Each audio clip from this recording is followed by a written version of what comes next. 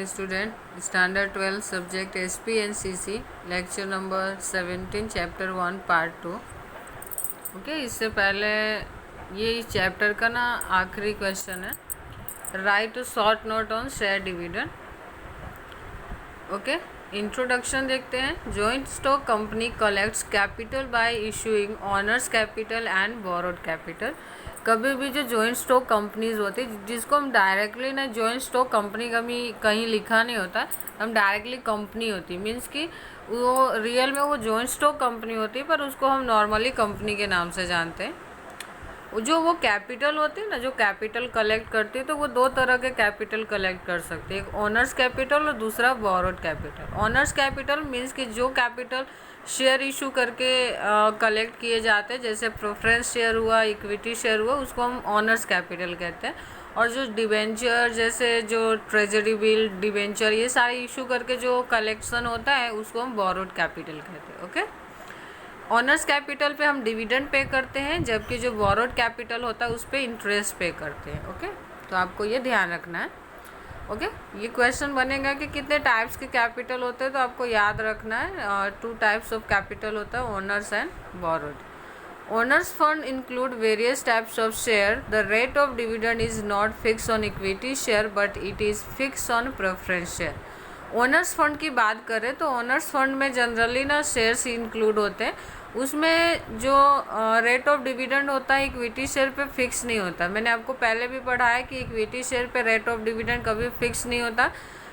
Company उतनी ही dividend pay करेगी जितना वो प्रॉफिट ऑन कर रही है, उसके अकॉर्डिंग वो डिविडेंड देती है. But it is fix on preference share. जबकि प्रेफरेंस शेयर होते हैं उस पर वो जो डिविडेंड होता है वो क्या होता है, फिक्स होता है. ठीक है, जैसे 7%, 14%, 13% जितना भी हो उसके अकॉर्डिंग कंपनी प्रॉफिट ऑन करे या ना करे उसको डिविडेंड पे करना पड़ता है. मीनिंग देखते हैं कि डिविडेंड की मीनिंग क्या होती है. A company pay tax at the end of a year out of profit on for the year. Okay, company tax किस पर से पे करती है, गवर्नमेंट को. तो आपको याद रखना है ईयर के लास्ट में जो भी प्रॉफिट होती है उस प्रॉफिट के ऊपर से जो कंपनी होती है वो टैक्स पे करने का काम करती है.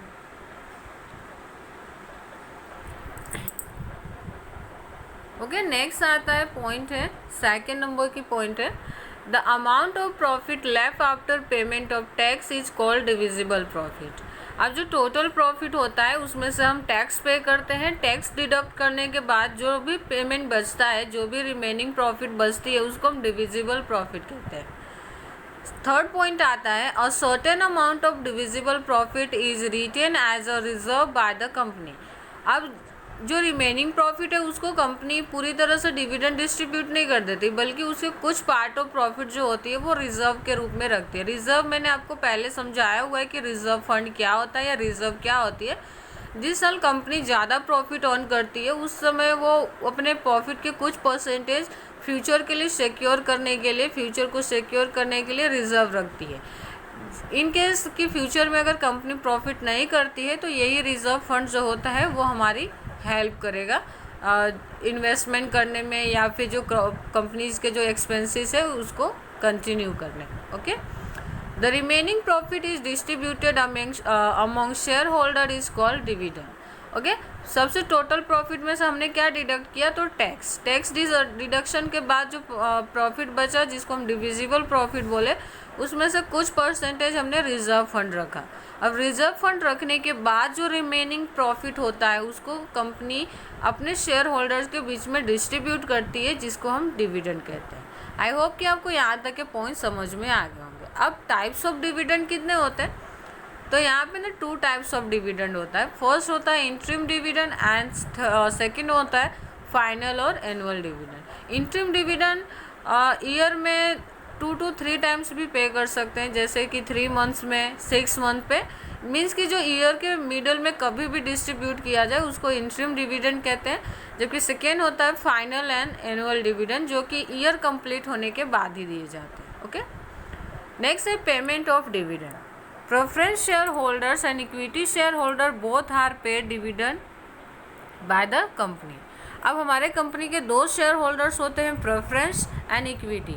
प्रेफरेंस शेयर होल्डर को तो आपको पता है फिक्स डिविडेंड मिलता है, उनमें कंपनी कितनी भी प्रॉफिट करती है उनसे उनका कोई लेना देना नहीं होता, जितना उनके शेयर्स के सामने जितनी परसेंटेज ऐड करी होगी उतना ही हमको डिविडेंड पे करना है। सेकेंड आते हैं इक्विटी शेयर होल्डर, तो उनको आपको डिविडेंड कंपनी अपने अकॉर्डिंग देती है। मान लो कि सपोज कि किसी ईयर वो प्रॉफिट ऑन करती भी है, पर अगर वो डिविडेंड नहीं देना चाहे तो ये पूरे के पूरे कंपनी के ऊपर डिपेंड करता है। ओके, तो प्रॉफिट इक्विटी शेयर होल्डर का जो डिविडेंड में जो हिस्सा होता है वो फिक्स नहीं होता, वो कंपनी अपने अकॉर्डिंग सेट करती है। ओके,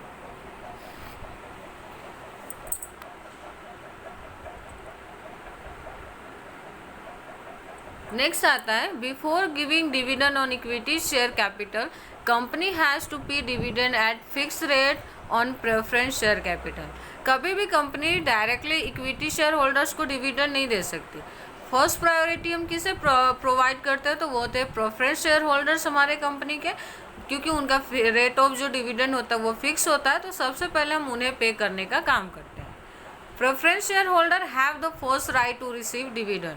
कंपनी में अगर सबसे पहले किसी को डिविडेंड रिसीव करने का राइट्स होता है तो वो होते हैं हमारे प्रेफरेंस शेयर होल्डर, तो हम पहले उन्हें पे करते हैं।